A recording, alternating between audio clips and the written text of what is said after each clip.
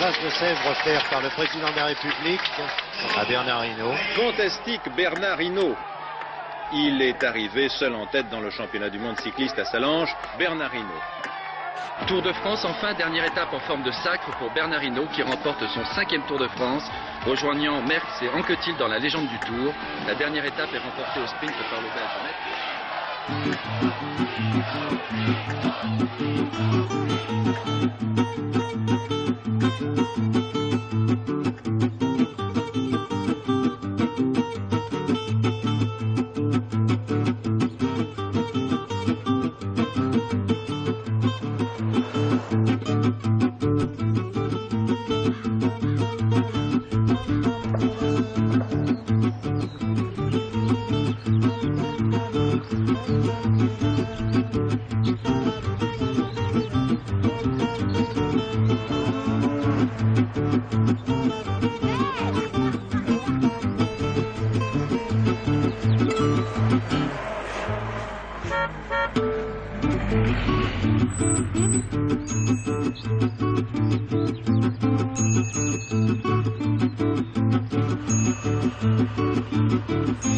Allez, c'est parti pour la livraison. Si le camion nous claque pas dans les mains, c'est bon. Ce jour-là, Bernard Hinault est un simple passionné de vélo qui prépare une épreuve cyclosportive portant son nom. La course, elle passe par derrière. Ouais, on arrive là et après on reprend là. Ah oui. Là, ça fait mal. Quand tu as déjà fait 80 km, là, tu es en train de monter ces faux plats, là. Waouh, waouh, waouh. Non, mais le petit plateau, là. Non. Pour toi, mais pour moi... Ouais, mais bon... Oh, je suis plus tout jeune, jeune homme. Ah, bah voilà, bah oui. J'ai donné, hein.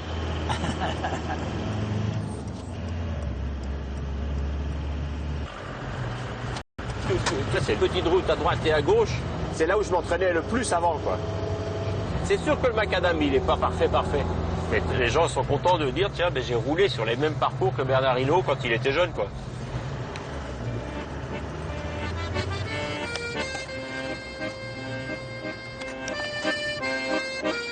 Automne 1954, à Iffignac, dans ce qu'on appelle encore les Côtes du Nord.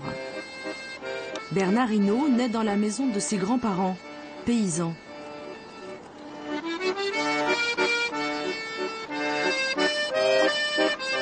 Dans cette Bretagne de l'après-guerre, ses parents sont de robustes ouvriers, des durs au mal.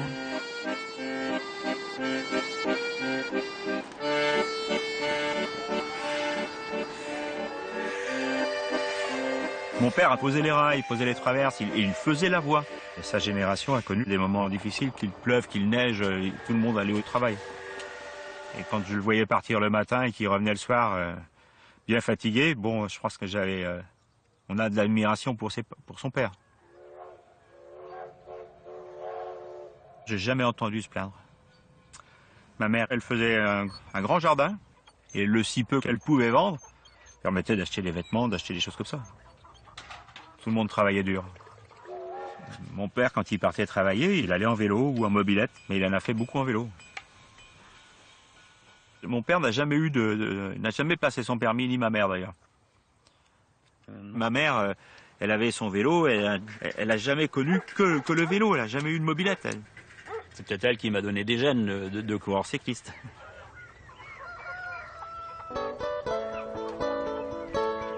Bernard est le second d'une fratrie de 4. La famille Hinault, c'est une tribu où une dizaine de cousins apprennent à se bagarrer dans les cours de ferme. Œil pour œil, dent pour dent. C'est la guerre des boutons en pays d'Armor. Mon frère, c'était pas le démon que je suis. Moi, j'étais turbulent. J'étais un peu un bagarreur, il fallait pas trop me chatouiller. J'étais à l'école catholique. Et puis, l'autre côté, c'est l'école publique. Donc, automatiquement, c'est la bagarre. Ça peut pas être autrement. Et on allait faire ça derrière l'église parce que là, personne ne nous voyait.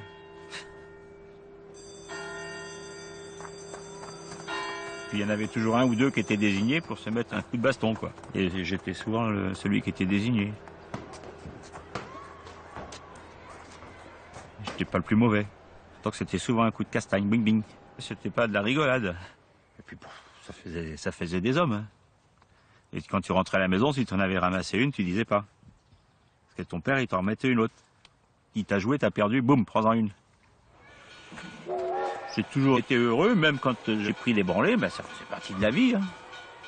T'allais pas te plaindre. Et vous aimiez ça? Donner des coups? Ouais. Ah ouais, c'était bien. Mais c'est pour ça que je pense que quand je me suis retrouvé coureur cycliste, ben, j'avais pas peur, j'y allais, quoi. Donc c'est peut-être pour ça, cette agressivité que j'avais un peu de la vie, je l'ai remis sur le vélo.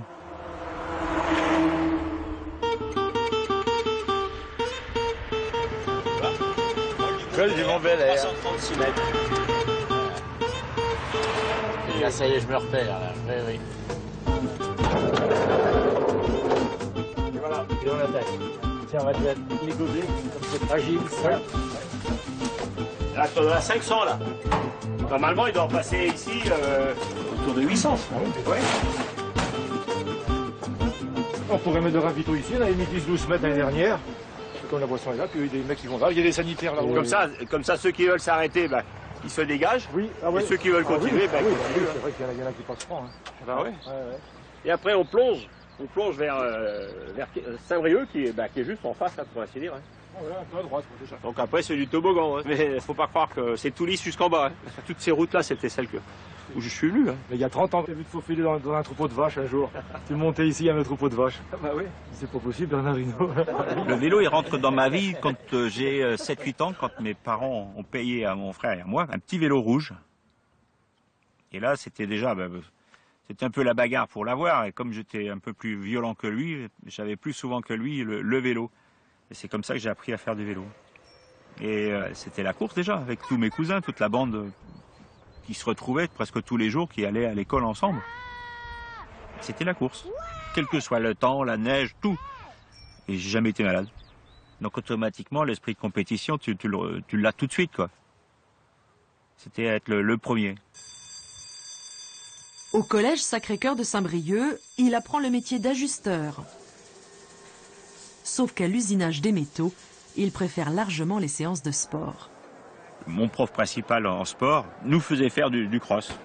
C'est sans doute que j'avais certaines aptitudes, puisque ma plus mauvaise place a été 10e au championnat de France. Donc j'étais pas si mauvais que ça, quoi. Malheureusement, en course à pied, j'ai jamais gagné de course. Mais c'est peut-être que parce que j'étais battu aussi à la course à pied que je suis passé au vélo. Comment vous vient l'idée de faire des courses de vélo? L'idée me vient tout simplement parce que je suis avec mon cousin et que je vais le voir le dimanche quand il court, et moi j'ai envie de faire la même chose que lui. Pourquoi pas moi? Moi aussi, je dois être capable de le faire. À 16 ans et demi, il signe sa première licence et se présente sur la ligne de départ 5 jours plus tard, sans entraînement. Ma première course, je suis parti le matin, j'ai dit à ma mère, ce soir je te ramène un bouquet. Elle m'a dit espèce d'innocent. Ah oui? Parce qu'elle pensait vraiment pas que j'allais gagner, quoi. Et j'ai gagné. Donc j'ai dit, le soir quand je suis rentré, j'ai dit, voilà. Et le plaisir de lui offrir le soir, je veux dire, c'est quelque chose. Non, elle était radieuse. Hein. Ça te marque.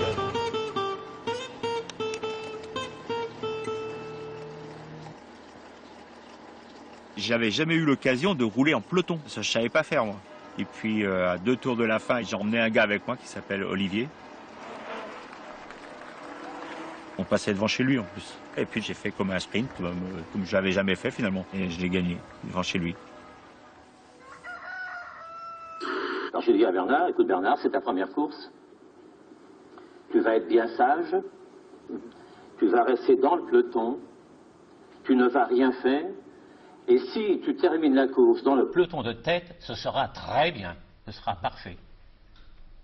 Le lendemain, quand j'ouvre le journal, je vois premier Bernard Hinault.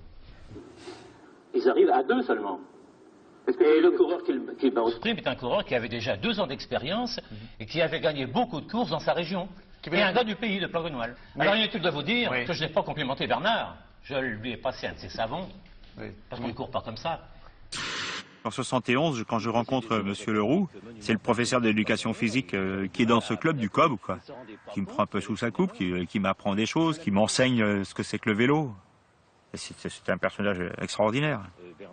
C'est comme un second père, oui. Ce qui était fabuleux de sa part, c'est que tout le monde était sur le même pied d'égalité. Bernard qui a un tempérament de bagarreur, comme on dit, n'est-ce pas? Et finalement, quand moi j'ai commencé à en gagner pas mal, il s'est occupé plus des autres encore, parce qu'il aurait voulu que les autres soient comme moi, quoi. On peut dire pratiquement qu'il gagnait tous les dimanches, quoi. J'ai fait 2 ici, j'ai pas pu gagner dans un chien. Je me suis fait battre. Ah bon? Ouais, pas normal.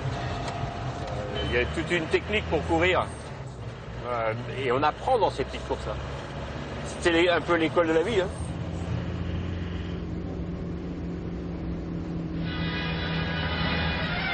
Alors l'équipe se confirmée à la signature.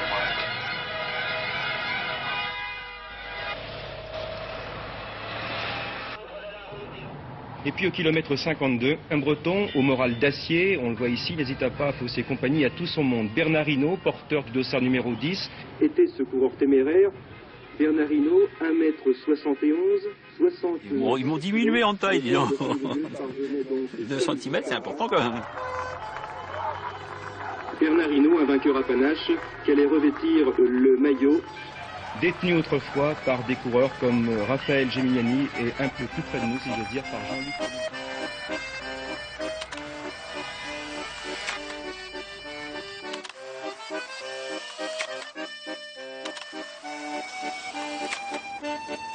Et puis quand le vélo ça marchait pas trop mal, je dis c'est peut-être mieux que de travailler à l'usine. Mais mon père il comprenait pas que tu travailles pas quoi. Pour lui le vélo c'était du loisir donc c'était pas du boulot. Donc on s'est branché, on s'est vraiment branché l'un à l'autre. Et puis au lieu de se taper dessus, je suis parti. Je suis parti 3 jours. J'étais à la chasse, j'étais mangé chez mes cousins, j'étais couché dans la paille. Puis au bout de 3 jours, mon frère et ma soeur sont venus me chercher en me disant maman elle est malheureuse. Je suis rentré, j'étais voir mon père en face, droit dans les yeux. Je lui ai dit moi j'ai choisi et toi t'as pas le choix. Et après j'ai plus le droit à l'erreur.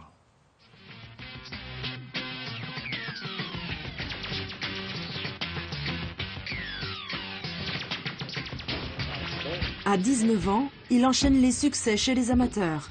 Des coups d'éclat dont on parle jusqu'à Paris.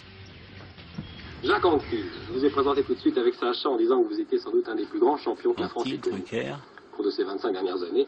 Je crois que c'est pas vous flatter. Hein.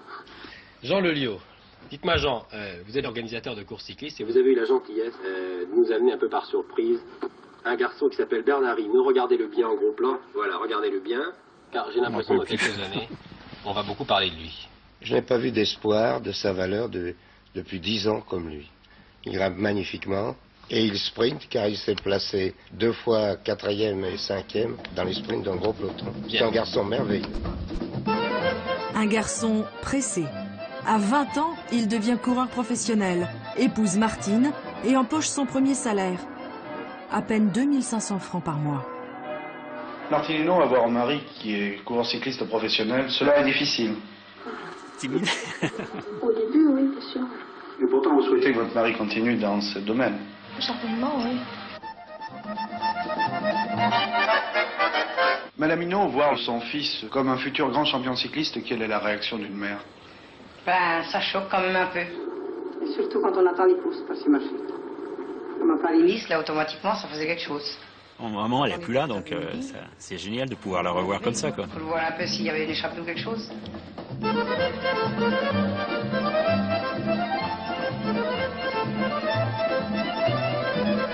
Il n'y a pas de base qui vous dit que vous allez être le meilleur de demain. Donc mon idée, c'était d'être un équipier. Je savais même pas ce que je valais, quoi. Donc je me suis dit, moi, ça m'intéresse. Bon, ben, je vais faire bien mon job en tant qu'équipier. Et en faisant ce job d'équipier, je me suis retrouvé tout de suite devant avec les meilleurs donc à Paris-Nice. Et là, les anciens ont dit, celui-là, on va se le garder, on va faire tout ce qu'il faut pour qu'il gagne des courses. Et c'est comme ça que j'ai gagné des courses.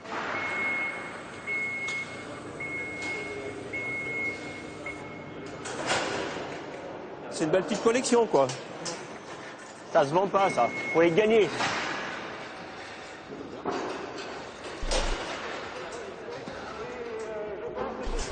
aujourd'hui la grande étape du Dauphiné. Nous sommes maintenant au-dessus de Grenoble, à moins de 9 km de l'arrivée, au moment où notre coureur révolutionnaire Bernard Hinault va attaquer cette Bastille. Oh là là, oh là là, oh là là! Oh là là, Hinault! Oh! Hinault est rentré dans les gravillons. Cyril Guimard se précipite, les photographes également. Oh là là, le temps s'écoule, près de 20 secondes maintenant qu'Hinault est tombé, la caméra est devant lui. Mais c'est pas très grave, il est tombé presque arrêté, il va remonter un vélo, vite messieurs, le vélo n'était pas descendu. Hinault est en train de marcher sur la route, le maillot arraché, je regarde ses jambes, plus fort que de mal, j'espère qu'il pourra repartir. C'est le début 77, faute de trajectoire due au fait que je ne savais pas descendre, quoi. Et pas longtemps après, j'ai appris vite à descendre très bien. Et puis après, il y a cette montée dans la Bastille où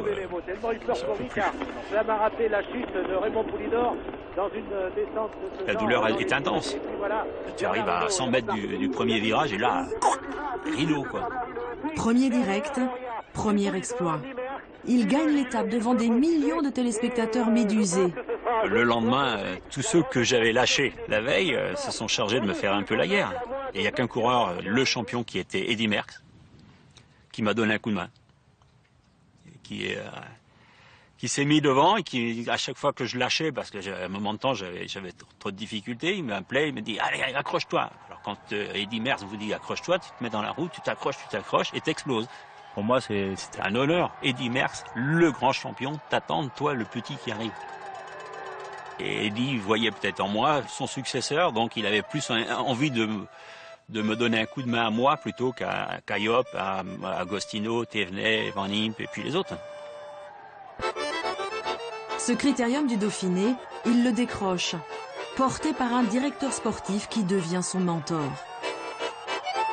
Cyril Guimard, c'était quand même aussi un personnage. Je l'avais vu à la télévision, dans ses combats contre Eddy Merckx.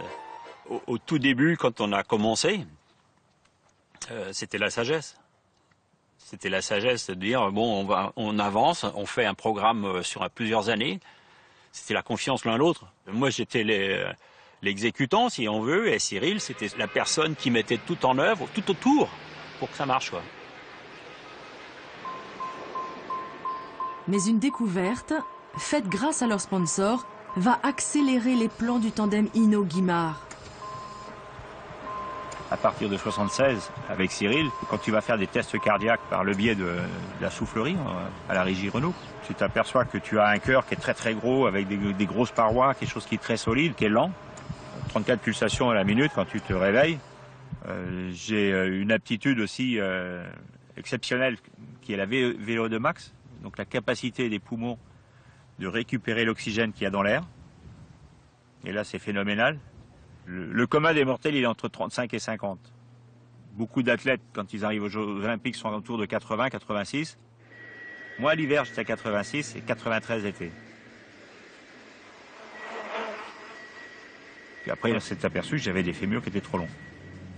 La nature, c'est le Seigneur qui a fait ça comme ça. Ce qui est un avantage phénoménal, puisque c'est un bras de levier très grand, quoi. Après, il faut construire un vélo par rapport à ça. Chose qu'on a faite. On a utilisé toute la technologie qu'on avait à ce moment-là. Si je ne suis pas avec la régie Renault, je n'aurais pas été capable de faire des performances peut-être aussi importantes que ce que j'ai fait. Le monsieur là, monsieur Castel, c'est vous? Alors, vous allez aller en face chercher votre maillot. Hein? Il y a un maillot qui vous est remis là-bas. Ce midi, à table avec André, ils ont parlé que de vélo. De ce qu'ils avaient fait en Italie. De ça. Ils au vélo, on s'engueulade du vélo. Ah, c'est vrai, Jocelyne. Jusqu'à la mort. Hein. C'est vrai. Il a fait le ménage, Hinault, aujourd'hui, de Metz à Nancy, c'est vrai. Mais il s'est comporté en brillant tacticien. Il n'a pas joué du grand braquet impunément, il a mené sa course avec la sagesse d'un vieux briscard du haut de ses 23 ans, bientôt 24. Sauf accident, il remporte donc son premier Tour de France dimanche. Voilà qui rappellera des souvenirs à Jacques Anquetil, vainqueur en 57 du premier tour auquel il participait. Voici Bernard Hinault qui approche maintenant de cette remise de maillot et qui est embrassé tout d'abord par ses parents. Maman. Voici le maillot jaune, le dernier maillot jaune pour ce Tour de France qui est passé par Bernardino. T'es content de l'avoir gagné, c'est sûr. Mais prendre un maillot, ça fait partie de ce que tu dois faire. Donc tu as travaillé, tu as fait tout ce qu'il faut pour y arriver. Tu serais plus déçu si tu le gagnes pas, parce que tu as tout fait, que hyper heureux parce que tu l'as gagné, quoi. Et donc, ça paraît presque naturel. Petite femme. Il y a quand même aussi une personne qui est ma femme. J'ai toujours dit que c'était 50% de la réussite. Parce que pendant que moi j'étais coureur, elle s'occupait des enfants, elle s'occupait de gérer le patrimoine. Et quand vous n'avez pas cette charge sur la tête, vous êtes très compétitif. Le seul endroit où j'ai eu la chair de poule, c'est quand tu rentres sur les Champs-Élysées, quand tu as le maillot jaune. Voilà, Bernardino qui n'est pas dans la position théoriquement la plus avantageuse, sauf s'il sprint en force, bien évidemment, à moins de 200 mètres de la ligne. Vous voyez, tout à l'heure c'était Zottmel qui emmenait à cet endroit-là, maintenant c'est Hinault qui va se retourner ici. Et là, je lui ai pas fait cadeau. Parce que sur les Champs-Élysées, il n'y a pas de cadeau à faire. Il aurait pu mettre tout l'or du monde, jamais il aurait gagné. Tranquillement, est-ce qu'il va le déborder au dernier moment sur la ligne? On va le savoir dans moins de 50 mètres. Pour l'instant, les deux hommes côte à côte. Zottmel qui est parti d'un peu trop loin peut-être, mais que faire contre Bernardino qui plonge là-bas le long des barrières? Et le premier, ce sera sans problème Bernardino. C'est une certaine jouissance quand tu gagnes. Tu passes la ligne et tu te dis, c'est moi le meilleur. Et je leur ai mis vraiment une volée, quoi, une plumée, quoi. C'était quoi mettre une plumée, en fait? Bah, c'est le dominer, faire ce qu'on veut quand on veut, quoi. Tu vois, et puis là, t'as ce plaisir que tu ressens dans toi, tu te dis, ça y est, encore une, quoi. Une que j'ai bien gagnée, une fois que je vous ai encore dominé une fois de plus, quoi. Vaincre et résister. C'est l'une des autres facettes de son talent, sa capacité à souffrir plus que les autres.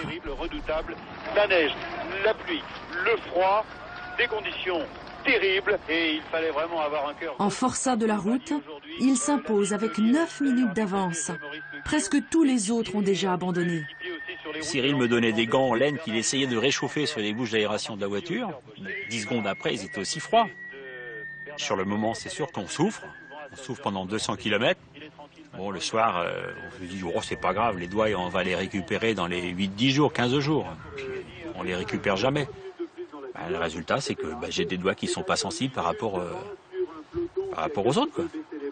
Eh bien, Bernardino n'a plus que 400 mètres à couvrir sur une route désormais sèche. Et Bernard est en train de... Là, je salue mes copains parce qu'ils sont tous à l'hôtel, ces enfoirés, en train de m'attendre. Et moi, pendant ce temps-là, je souffrais sur mon vélo. Ouais.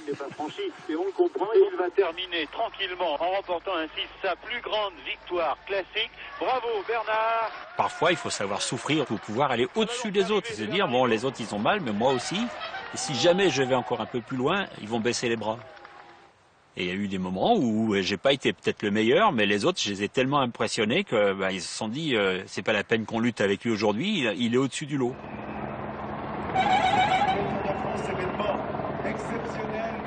Héros du Tour, pour toujours. Chaque mois de juillet, Bernard Hinault en est encore le meilleur ambassadeur. N'aie pas peur, il n'a pas envie. Merci bien. Oui, c'est toujours bien cette journée. Attends, je signe, parce que...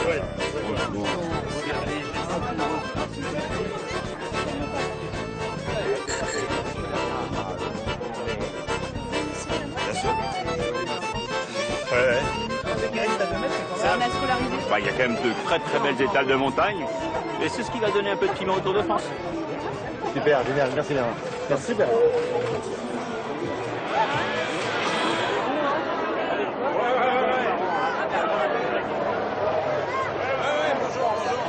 Membre de l'organisation, il dévoile aux people les coulisses de l'épreuve, leur fait partager sa science de la course.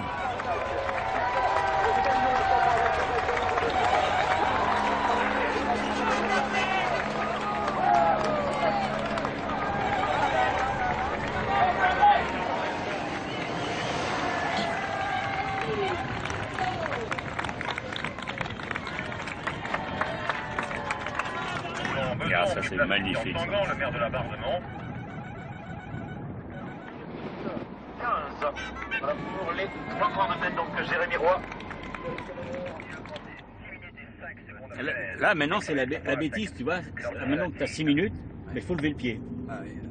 Il faut lever le pied parce que quand il va avoir trop d'avance, qu'est-ce qui va se passer? Ça va exciter les autres derrière. Alors que là, tu joues 6 minutes, tu dis, bon, maintenant 6 minutes, c'est bon. Est-ce qu'ils ont encore les oreillettes?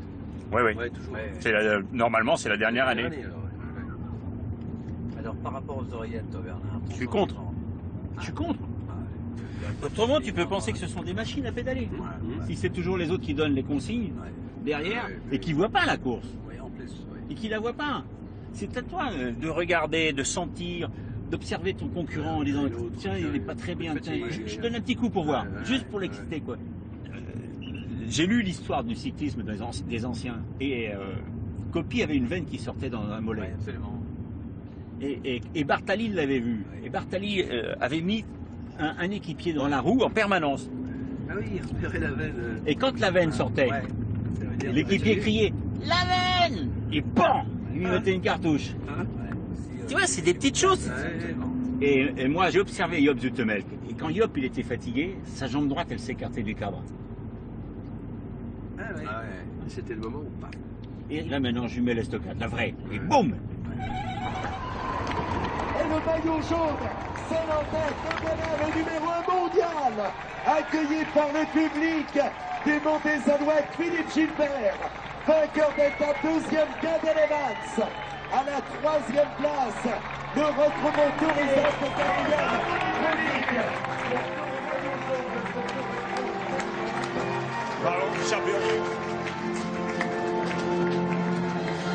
voilà le bonheur de l'homme, l'ovation du public. Il a 29 ans, il court sans les oreillettes, lui. Oui, tu lui dictes pas ce qu'il faut faire.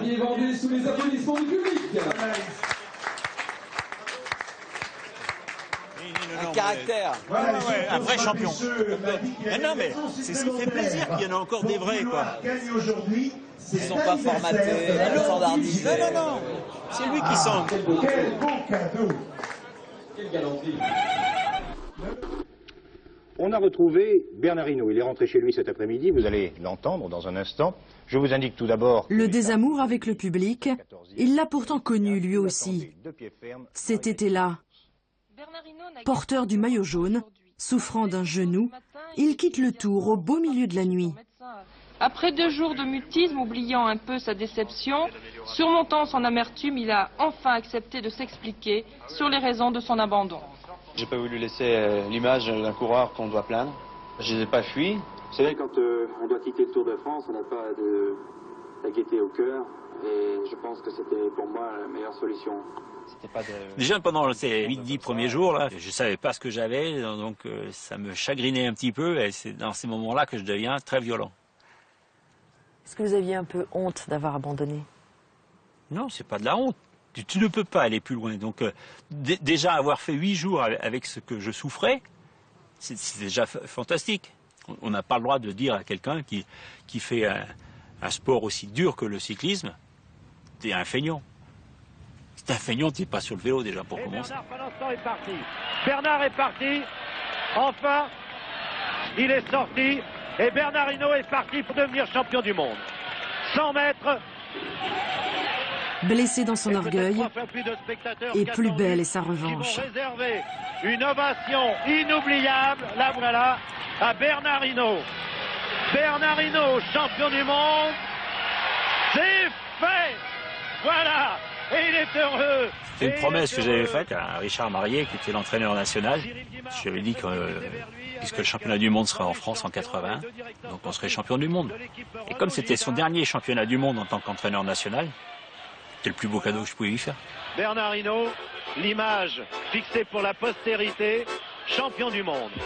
Je mets toutes les épreuves sur le même pied d'égalité. C'est un grand moment dans une journée où tu gagnes, mais quand tu gagnes un Tour de France, un Tour d'Italie, un Tour d'Espagne, une classique, c'est la même joie à chaque fois, quoi. Il les lui faut toutes. Il écrase ses adversaires. Vainqueur par KO.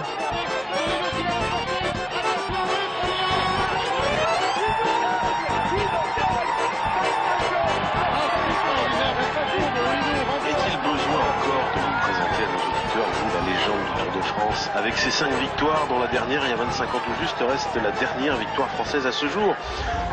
Bernard Hinault, c'est l'invité de France Bleu Midi en direct du village d'Aventour. C'était la présentation des équipes hier au Puy du Fou, avec des sifflets pour Contador, qui, on le sait, sous la menace d'une suspension de dopage. Vous avez été surpris par la réaction du public, Bernard Hinault? C'est aussi ce que fait la presse. Hein. C'est la presse qui en permanence alimente. Je pense que si on ne fait pas ça, peut-être que le public ne siffle pas. On démarre par votre portrait. Il y a toujours eu malheureusement des gens qui ont triché. Dans ce cas-là, ils n'ont plus leur place et puis qu'on les éjecte. Mais il ne faut pas partir du principe que tous les coureurs sont des tricheurs, heureusement. Quand on voit comment ça se passe dans d'autres sports, il y a des gens qui font pas très bien leur travail. Parce que comme par hasard, quand on regarde dans le tennis, tous ceux qui ont fini, ou une grande partie de ceux qui ont fini, écrivent dans des livres. Ah ben j'en ai pris. Bravo mec. Et jamais, ça veut dire que à partir du moment où le coureur est capable de dire, ou le joueur est capable de le dire, c'est qu'il n'y a pas de contrôle. Autrement, il aurait été pris, non? Est-ce que vous vous êtes dopé? Oui, comme tout le monde, en prenant un café tous les matins.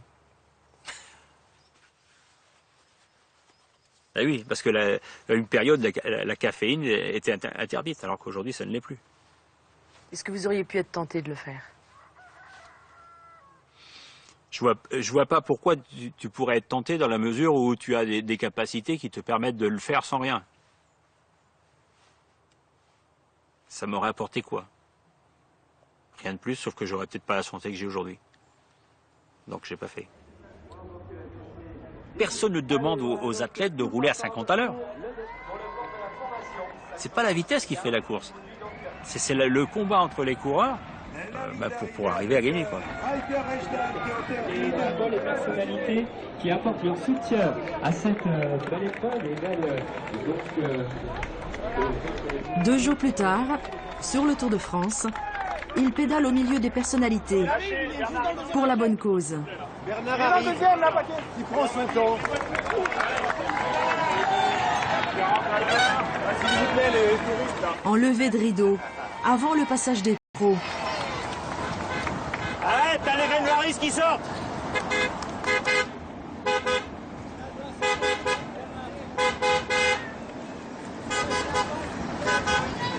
Oh, la route est à tout le monde, hein. Mec.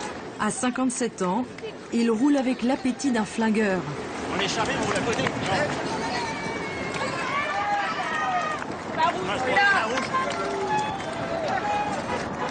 Oh, tu aimes pas, hein?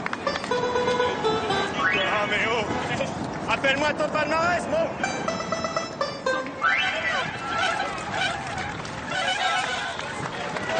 On leur donnerait encore une leçon, je crois. C'est le pied, quoi. C'est vraiment le plaisir de retrouver les sensations que l'on peut avoir quand on est compétiteur. La manière dont on se met dans la roue et puis les tenir.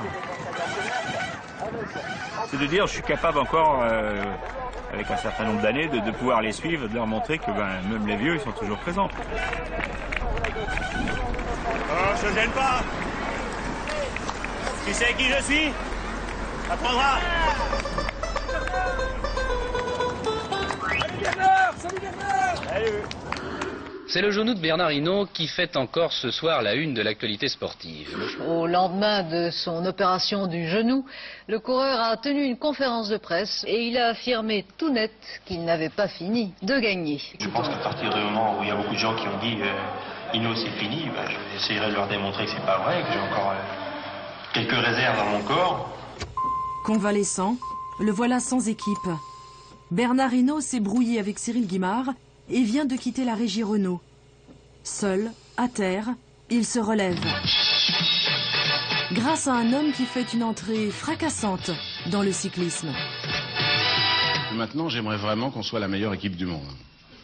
Ben, écoute, si tu veux la meilleure équipe du monde, ça va te coûter pas mal d'argent. Et je crois que finalement, c'est pas très important de savoir combien ça va coûter. Ce qui compte, c'est qu'est-ce que ça va rapporter. Quand je l'ai rencontré, je lui ai dit que j'avais 50% de la chance de pouvoir revenir dans la compétition. Et lui m'a dit, ça c'est pas le plus important. Moi, ce qui m'intéresse, c'est ton savoir. Je viens de racheter une société qui s'appelle Look, qui fabrique des fixations de ski. Et le complément du ski, c'est le vélo. Donc si tu acceptes le défi, c'est de me sortir une pédale automatique.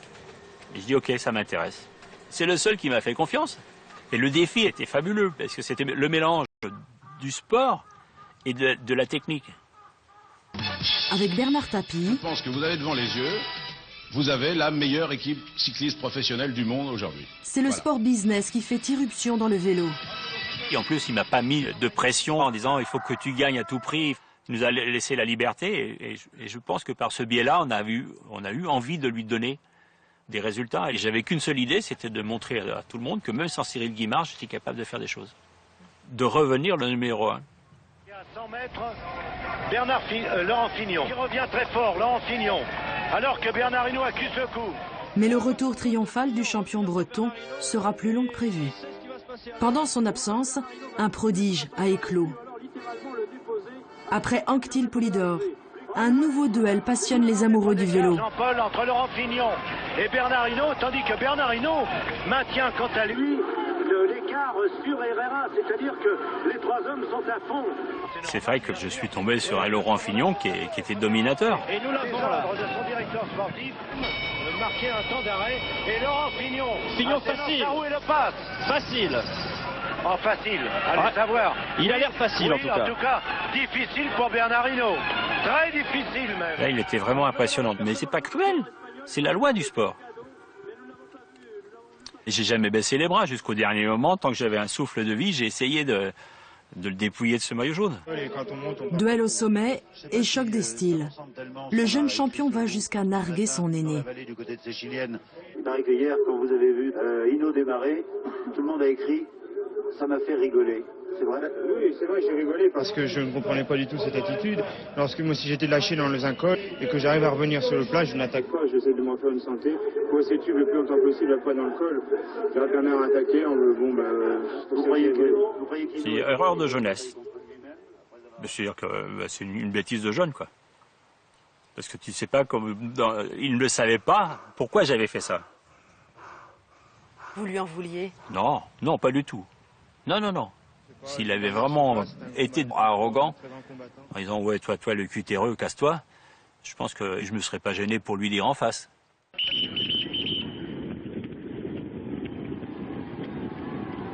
Il décroche sa revanche dès l'année suivante. Regardez à gauche de votre écran, Hinault chute avec Anderson.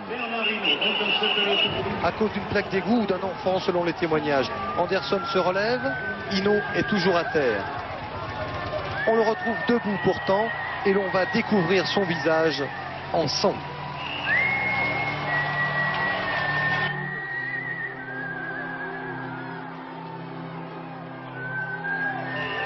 Il remporte son 5e Tour de France avec une fracture du nez. Comme un boxeur sonné qui toujours reste debout.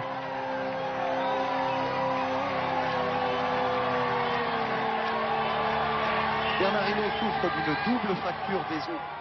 C'est sûr que c'est un sport de combat. Tu vas faire un petit tour à l'hôpital, on a remis des points, et puis ça y est, la machine est repartie pour le lendemain.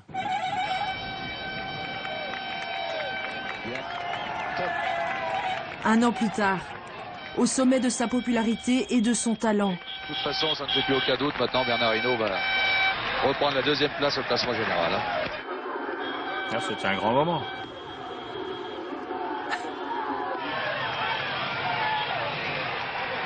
C'est extraordinaire quand même. Ah, c'est magnifique. Second derrière Greg LeMond, c'est lui qui tire les ficelles. Maintenant que le Tour de France est gagné, puisque nous surplombons, oui, tous les deux, et il est content, le père Bernard. Il est content. Ah non, ce sera premier Hinault, 2e LeMond. Eh bien, je suis émotionné par l'attitude de Bernard Hinault, la sportivité de Bernard Hinault, qui avait déclaré l'année dernière, je crois, le Tour de France l'année prochaine, pour favoriser la victoire de Greg LeMond. Eh bien, Bernard Hinault est de parole, il l'a prouvé aujourd'hui. C'est un grand champion. C'est un grand monsieur, oui. Ah oui. Une parole, c'est une parole. Si tu la donnes, tu la donnes. Tu vas pas l'enlever, non? Autrement, t'es une salope. C'est tout. Ben oui. Si tu sais pas respecter ta parole, plus personne peut avoir confiance en toi dans le reste de ta vie, pour moi. Tu es le plus fort à l'occasion et tu en joues en plus. Parce que tu peux écraser tout le monde. Tu peux mettre la main dessus et puis dire, mais non, c'est moi le patron, et puis vous restez en dessous et vous allez pas sortir du bocal, quoi. Non. faut savoir jouer, c'est un jeu. Et quand tu as ça dans les mains, c'est génial, quoi. Et le pied que j'ai pris à jouer tous les jours, c'était aussi quelque chose de très fort. Ah, est-ce que vous êtes pervers aussi? Ben oui, de temps en temps. Robert Leroux, est-ce qu'il a eu raison ou est-ce qu'il a eu tort, à votre avis, de s'arrêter là, cette année, maintenant? Pour moi, il a eu tort. C'est vrai, peut-être que j'aurais pu faire 1 an, 2 ans de plus, mais j'ai vu 2 champions qui sont Merckx et Anquetil, qui étaient un petit peu dans la difficulté les 2 dernières années, et je voulais pas faire comme eux. Donc je voulais partir par la grande porte, quoi. La seule chose qui m'aurait fait changer d'avis, si Greg LeMond avait dit à l'arrivée du Tour de France qu'il n'avait pas besoin de moi pour gagner le Tour de France. C'est-à-dire? Ben, je serais revenu pour lui mettre une volée. Seulement si on se met à sa place, il dit qu'il n'a pas de vie de famille, qu'il ne va pas grandir ses enfants. Et puis cette vie de champion, eh bien, il en a marre. Il en a marre. Oui. Alors... J'avais un fils de 12 ans, je dis mais ça c'est à moi ça. Je l'avais pas vu grandir. Donc faut pas oublier ça. Et j'avais dit à Martine que je me serais arrêté à telle date et c'était terminé. C'est un spécial ça. C'est le 11 novembre 86. On avait fait une grande fête et il y avait 25 000 personnes.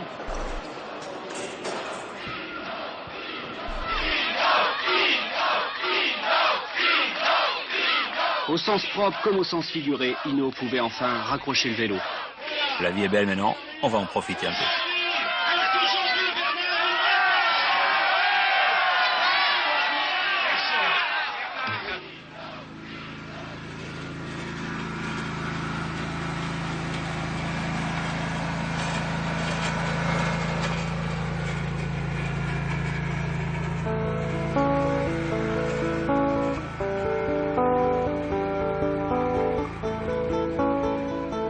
Riche et célèbre à 32 ans, le Breton ne flambe pas.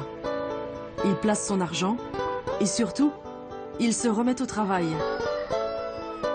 Loin du star system, au plus près de ses racines, il devient un paysan, comme son grand-père.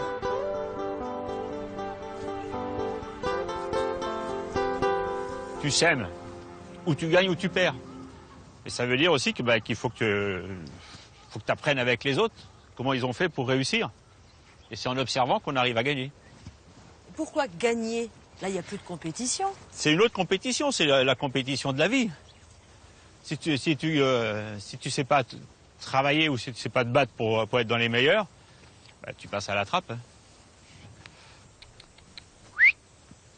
Allez! Allez! Quand on a acheté cette ferme, on a gagné un peu d'argent et puis le plaisir de pouvoir montrer à des gens qu'après être coureur cycliste, on pouvait aussi avoir des très bons troupeaux. On pouvait être aussi un paysan. Donc montrer qu'on est capable de le faire sans avoir de diplôme. Parce que nous, aussi bien Martine que moi, on n'a aucun diplôme en agriculture, donc il a fallu qu'on apprenne tout sur le champ. Mais par le travail, on peut y arriver. Il n'y a que ça qui compte? Pour moi, oui. Le travail.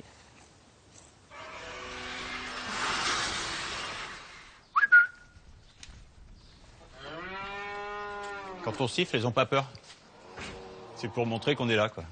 Donc ça, c'est pas à moi, hein, c'est à la personne qui a repris la ferme. Pourquoi vous avez arrêté? Parce que j'ai perdu un beau-frère et ça m'a fait un choc. Et j'ai demandé à mes enfants s'ils voulaient de la ferme, ils m'ont dit non. Donc ça a été vite bâclé. Hein.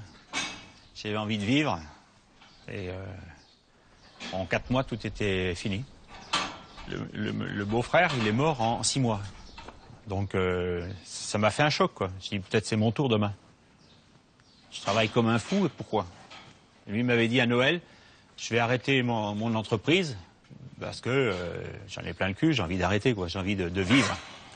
Et il n'a pas eu le temps de vendre son entreprise, et il est mort. Donc ça te donne à réfléchir quand même.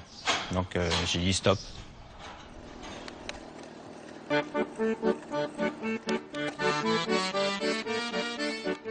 Ainsi, depuis 2006, Bernard Hinault est de retour sur son vélo. Après 20 années d'abstinence.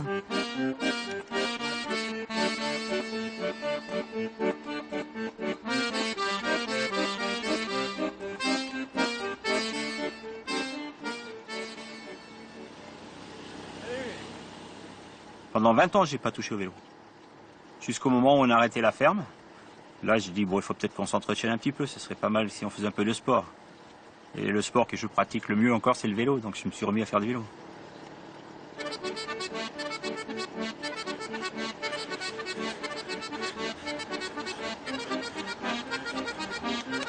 J'ai vécu les deux périodes. C'est-à-dire la période où le vélo s'était fait avec 2 roues, un tube, et puis une selle et un guidon. Et la deuxième partie de ma carrière, où on a cherché à améliorer les performances par la technique, donc par le matériel, par le profilage des vélos. J'ai amené ma petite pierre à l'édifice. 25 ans après la pédale automatique, ce passionné cherche encore à améliorer les performances des cyclistes. Cette fois, c'est un nouveau modèle de plateau qu'il fait fabriquer par un voisin ingénieur au fond de son garage. Avec un plateau rond traditionnel, ça fait que vous pédalez lentement et vous accélérez. Lentement et vous accélérez. Et alors, avec le plateau ovale, on a une vitesse de pédalage qui est toujours constante. Constante, il n'y a pas d'à-coup, il n'y a pas de décélération ni d'accélération. Donc ce qui fait qu'on a moins de matraquage musculaire. Si j'avais eu ça quand j'étais coureur, je pense qu'il y en a qui auraient pris des bonnes branlées. Je m'en serais donné un cœur joie. Vous voudriez rester dans l'histoire du vélo aussi grâce au matériel? C'est par amour de la recherche. J'ai toujours fait ça en tant que coureur cycliste. J'ai toujours recherché les meilleurs produits pour être compétitif, pour gagner. Et là, c'est un vieux qui le fait pour des jeunes. Il faut qu'ils y croient, c'est tout. Vous en avez parlé un peu sur le Tour de France? Bien sûr qu'on en a parlé. J'en ai donné même à des équipes professionnelles. On m'a dit on va faire des essais. Puis j'ai pas eu de nouvelles. C'est un peu dommage, quoi. Mais je dois être un vieux con. C'est peut-être ça aussi. Sauf que le vieux con, il sait encore faire bien les choses.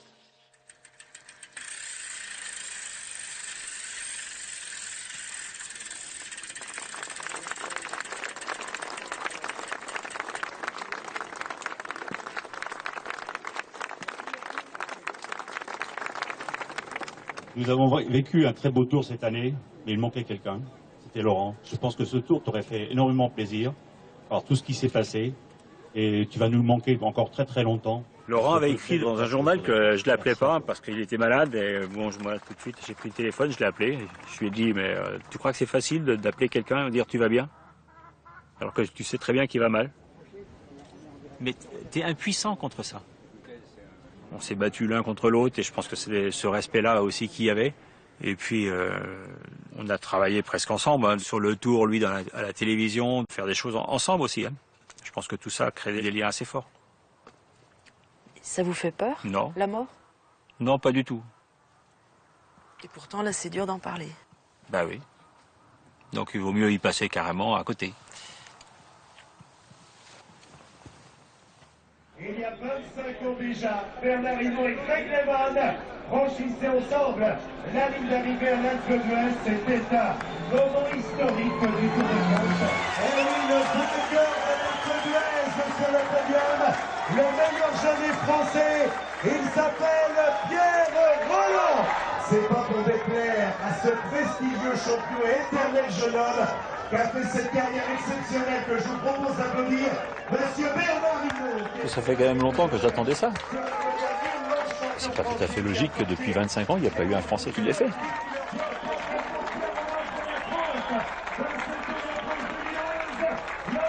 On a envie que d'autres le fassent, comme vous l'avez pu le faire. Je rêve d'un cyclisme fait à l'ancienne où le coureur il a du tempérament, c'est lui qui prend l'initiative.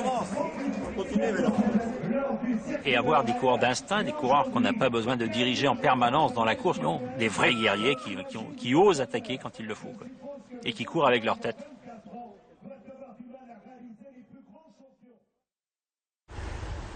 Venez là, prenez à courir au moins, servez-vous du vent.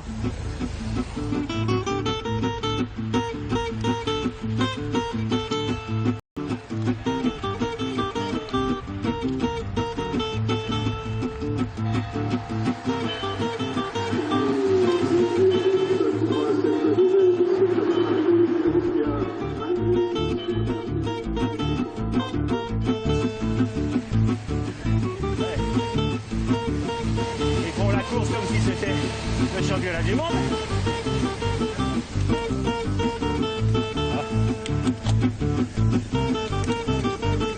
revenir. T'inquiète pas.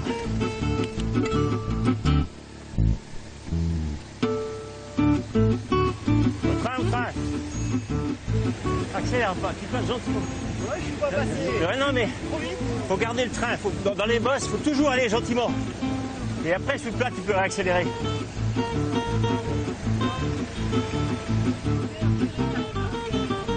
C'est là qu'il fallait se mettre. Bon, moi, je vais attendre mon fiston.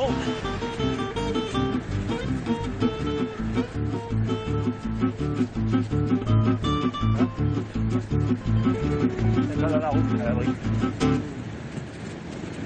J'ai toujours fait ce que je voulais, depuis que je suis né. J'ai jamais été faire quelque chose en marche arrière, moi. J'ai eu cette vie de rêve, d'être coureur cycliste, de voyager à travers le monde. C'est pas donné à tout le monde, ça. Quand je serai mort, je ferai partie de la légende. Pour l'instant, je suis encore bien vivant. Je te donne rendez-vous dans 40 ans. Hein. Ça m'en fera 97, ce sera pas mal. On préparera le centenaire. Sur le vélo. Pourquoi pas? Autant pouvoir encore faire un peu de vélo à 100 ans, ça serait pas mal.